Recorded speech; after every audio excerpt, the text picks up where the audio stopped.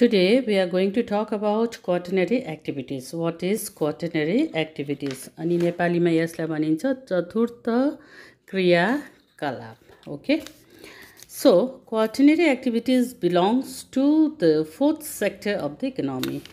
They may be looked upon as an extension of tertiary activities. Tertiary activities का नै यो के हो? Extension हो.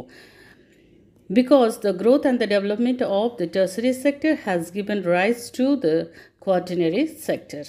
Quaternary activities are knowledge-based.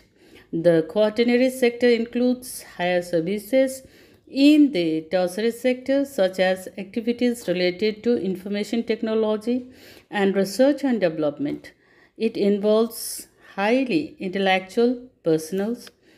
People working in the quaternary sectors are called white-collar workers. Okay. Quaternary activities are well developed in the first world countries such as the countries of Western Europe and the USA. The quaternary sector has two broad divisions: information-based activities and research and development activities. Information-based activities are those that require information and communication technologies such as internet and are connected with collection and dissemination of information. These activities are carried out by many enterprises, the most important of which is the NIC, that is National Informative Center. Okay, that is National Informative Service. Almost all websites in India are developed and managed by the NIC.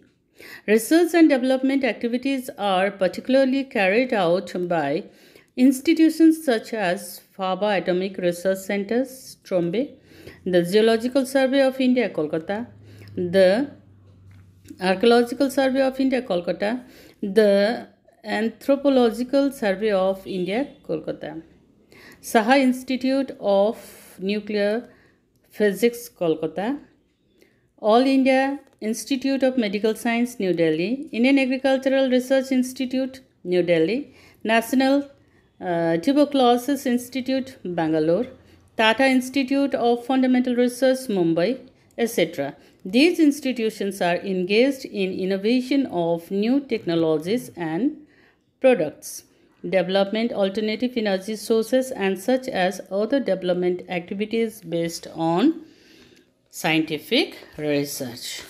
त यहाँसम्म मैले तिमीहरूलाई अङ्ग्रेजीमा बताएँ र यसपछि म तिमीहरूलाई बताउन चाहन्छु यो टर्सरी एक्टिभिटिजकै एक्सटेन्सन हो. पहिले हाम्रो पालामा भने यो एक्टिभिटिज थिएन, प्राइमेरी सेकेन्डरी र टर्सरी एक्टिभिटिज थियो. तर अहिले यसको कार्य बढ्दै गएकोले गर्दा यसलाई अलगै सेक्टरमा राखिएको छ. त्यो हो क्वाटर्नरी र यसपछि हामी क्युनेरी पनि पढ्नेछौँ, क्युनेरी एक्टिभिटिज. ओके, सो यसलाई भनिन्छ चतुर्थ क्रियाकलाप. यो विशेष गरी service sector, knowledge based intellectual सर्भिसेसमाथि के गर्छ? आधारित हुन्छ हैन. यसको सेक्टरहरू छ जस्तो कि तिम्रो प्रमुख समूहहरू छन्, जस्तो सूचना आधारित क्रियाकलाप, इन्फर्मेसन बेस्ड एक्टिभिटिज एन्ड अनुसन्धान विकासमा आधारित क्रियाकलाप अथवा रिसर्च डेभलपमेन्ट एक्टिभिटिज. र यो सूचनाहरू हामीले कहाँबाट पाउँछौँ भन्दाखेरि विशेष गरेर इन्टरनेटबाट आजकल हामी पाउँछौँ. जस्तो सूचना सेवाहरूमा इन्फर्मेसन सर्भिस अघि नै बताइहालेँ हैन, इन्फर्मेसन एन्ड कम्युनिकेसन टेक्नोलोजी, यसको एब्रिभिएसन आइसिटी.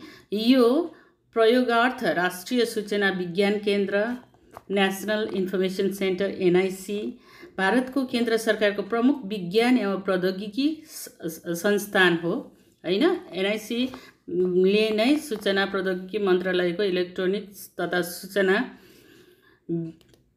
प्रौद्योगिकी विभागको एउटा हिस्सा भएर यसले काम गर्छ. र हामीलाई जति पनि इन्टरनेट रिसर्च गरेर पेपरहरू हामीले पाउँछौँ अनि त्यहाँबाट धेरै नलेजहरू जुन चाहिँ पाउँछौँ यहीबाट पाउँछौँ. अनि अर्को अनुसन्धान अनि विकास क्रियाकलापहरू छ जो चाहिँ अनुसन्धान गरिकन विज्ञानको सहायताद्वारा, टेक्नोलोजीको सहायताद्वारा के गरिन्छ?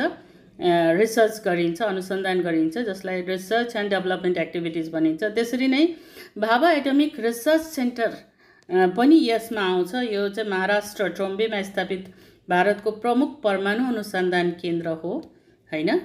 यसले इन्जिनियरिङ अनि सम्बन्धित क्षेत्रमा यसले कार्य गरिरहेको हुन्छ। र त्यसपछि आउँछ तिम्रो जियोलजिकल सर्वे अफ इन्डिया, जिएसआई भनिन्छ। 1851 नै यो स्थापित भएको थियो। यो भारतको एउटा सरकारी संस्थान हो जसले सर्वे गर्ने कामहरू गर्छ, जस्तो हामीले टोपोसिटहरू गर्छौँ, यहीबाट नै पाउँछौँ। त यो भयो तिमीहरूको क्वाटर्नरी एक्टिभिटिज।